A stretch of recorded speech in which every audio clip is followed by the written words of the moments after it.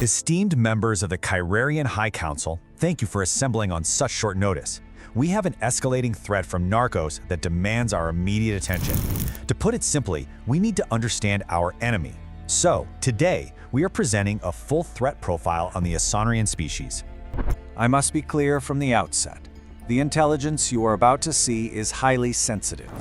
What is discussed in this chamber absolutely cannot leave it. Our security, maybe even our survival, depends on it. All right, let's begin. For far too long, we've dismissed the Asaurs as nothing more than scavengers. As you're about to see, that wasn't just an error, it was a catastrophic misjudgment. It's time we understand them for what they truly are. Everything about them begins here, on Narkos, the Dark Planet. It's tidally locked, meaning one half of their world is trapped in a permanent, unending night. This environment hasn't just shaped their culture, it has literally forged their evolution into a weapon. So, here are the key identifiers. Their appearance, as you know, is distinct, but the strategically critical part here is their lineage. They're direct descendants of the ancient religions, which means they share a genetic root with both the Jimbos and the Rubies. This isn't just some footnote in a history book, it's the very foundation of their current alliance and their incredibly disciplined culture of war. This slide right here captures the strange duality at the very core of their species. On one hand, you have their greatest vulnerability, sunlight. Direct exposure isn't just harmful, it's lethal. Their skin burns and decays almost immediately. And yet, on the other hand, they worship fire. A controlled source of light and heat is sacred to them. This paradox defines literally everything about them, their technology, their tactics, even their spirit.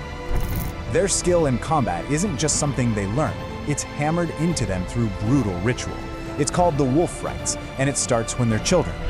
To even be called a warrior, an Asaur has to go out and kill a native Narkosian wolf with their own hands. Then they wear its hide as a trophy. This process creates a society where every single soldier is a proven survivor and an absolutely ruthless predator. You can see their hierarchy is rigid and clear. At the very top, you have Emperor Daadrichi. Answering to him is a royal council, stacked with ruthless commanders like a Diffri. The empire itself is carved into districts, each one governed by a Raga, a local lord who commands absolute, unquestioning loyalty. So let me be clear, this is not a mob. It is a perfectly structured pyramid of power, built for war. Now, while we and the IGTO might see their emperor and just label him a terrorist, to his own people, he is a supreme, almost godlike ancient ruler. And this disconnect, it is strategically crucial for us to understand. We see a villain, they see a venerable leader fighting for what they truly believe is their ancestral right. That conviction is what fuels their entire war machine. And that brings us to the core of the immediate threat, their military. We're not talking hypotheticals anymore.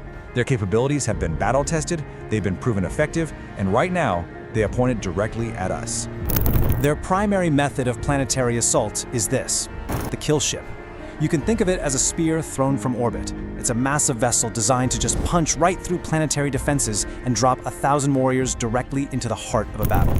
We saw exactly how devastating this was at the Siege of Pimpri. But the kill ships, those are just the troop transports. Their real warships are the battle thumpers. These things are gargantuan, half a kilometer long. And our intelligence confirms they keep these assets lurking at the dark edges of solar systems, using the black to mask their approach until it's far, far too late. Their arsenal is a mix of brutal simplicity and terrifyingly advanced tech. On the ground, you'll see them using axes and rugged mechanical guns. But in a full-scale assault, they deploy these Glacian missiles. These are advanced warheads that can literally freeze entire city sectors solid, immobilizing our forces in the blink of an eye. So I want this number to sink in, 100,000. We are not facing some small raiding party. Intelligence confirms that the first armada, and that's just the one fleet that joined the Rubies on Benares, numbered nearly 100,000 warriors. That was a single party. Their total strength remains terrifying. Their battlefield record speaks for itself. It's undeniable. At Pimpri, they spearheaded the assault that shattered our martial strongholds. At Eldora, they used those Glacian missiles to lock down the Western Front, completely breaking our flanks. And after the battle, they were instrumental in rounding up and disarming our surviving soldiers. They aren't just warriors, they are ruthlessly effective conquerors. So, To summarize our assessment, we are facing an enemy with a deep historical grievance against us, an enemy driven by fanatical loyalty.